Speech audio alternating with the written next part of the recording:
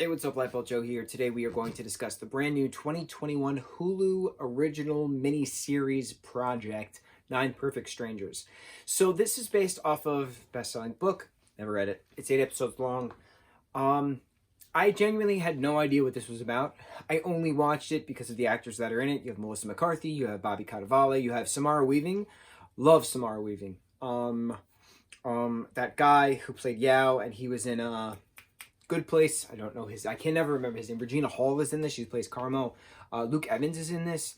Nicole Kidman is in this. So many people are in this film. It's an 8-episode miniseries. Incredible acting, and it told a full cohesive story. There was a beginning, middle, and epilogue. Pretty impressive. It should have been called Tranquillum. The place that these people go to, this retreat place, is called Tranquillum. They all go for their various reasons, and then as the story progresses, it's who knew who when, who slept with whose husband, who shot whom when, all these things, right? Scandal. But there's a lot of drugs involved. It's very psychotherapeutic stuff going on. Near-death experiences, talking about life, talking about death, all these things. Character development. Bobby Cannavale and Melissa McCarthy's characters, perfect. Samara Weaving's character, perfect. Everyone has different insecurities. Everyone's trying to do something for somebody else, or is too narcissistic to realize, or all these different things. Full spectrum of different characters. But it should not be called 9 Perfect Strangers, because you have 3 staff members, Nicole Kidman, and then 9, technically 8, therapy-driven people, retreat members, guests, if you will.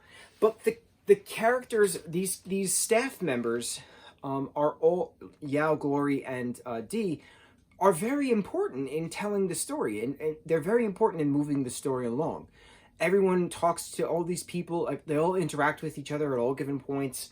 We get more backstory on certain characters, like a certain backstory on certain staff members. Like, these were important characters, and it should not have been called 9 Perfect Strangers. The book nor the TV show should not be called 9 Perfect Strangers. It's 13 people involved in this particular story of 8 episodes. It should be called Tranquillum. If it was called Tranquillum, I feel like I would like it a lot more. And I just talked about this with Blood Red Sky. I think that it was that German Arabic English film about vampires on a plane. And I said, if this movie was called Vampires on a Plane, I would have loved it 10 times more. But it was called Blood Red Sky, and it was still a great movie, but it had a dumb title. It should have been called Vampires on a Plane, just like Snakes on a Plane, right?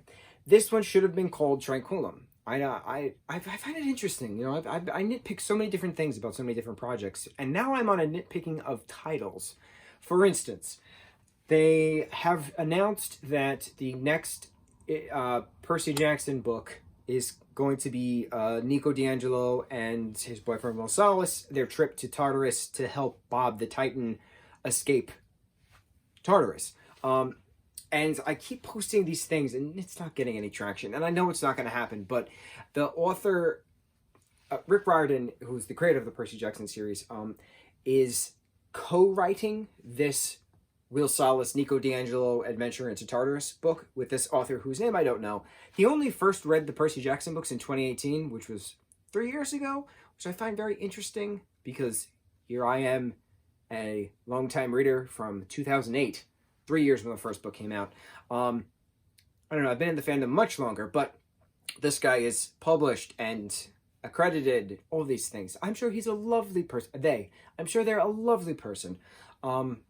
I think they're non-binary. I remember seeing a post. They go by they, him pronouns. So I have all the faith in them that they will do Solangelo justice because they are queer. So they have posted many memes of recent because of how much accolades he's been getting from the PJO community in regards to, making a Boyfriends in Tartarus book. And that's what I keep posting. I said, if this book is not called Boyfriends in Tartarus, I will riot in the streets. Anyway, I don't know. The point of me going in this tangent of Percy Jackson and the Olympian books is I don't know why I'm nitpicking titles of projects now. I just nitpicked that Blood Red Sky, which should be called Vampires on a Plane. I'm nitpicking now Nine Perfect Strangers, which is an awesome show, mind you. Awesome show. It should have been called Tranquillum. I don't know. I don't know why I'm doing this, but here we are. This is what I'm doing. I did it. It's done.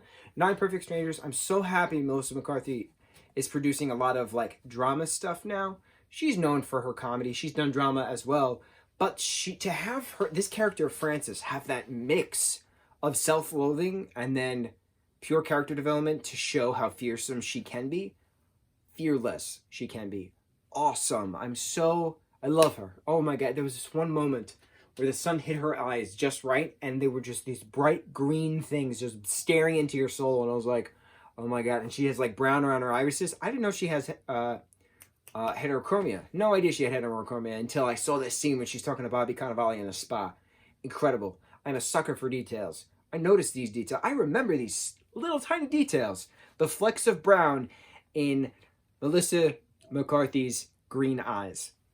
It's ingrained in my head now. Melissa, I love you. All the best. Can't wait for your next project. That's all I got. Mucho mahalo.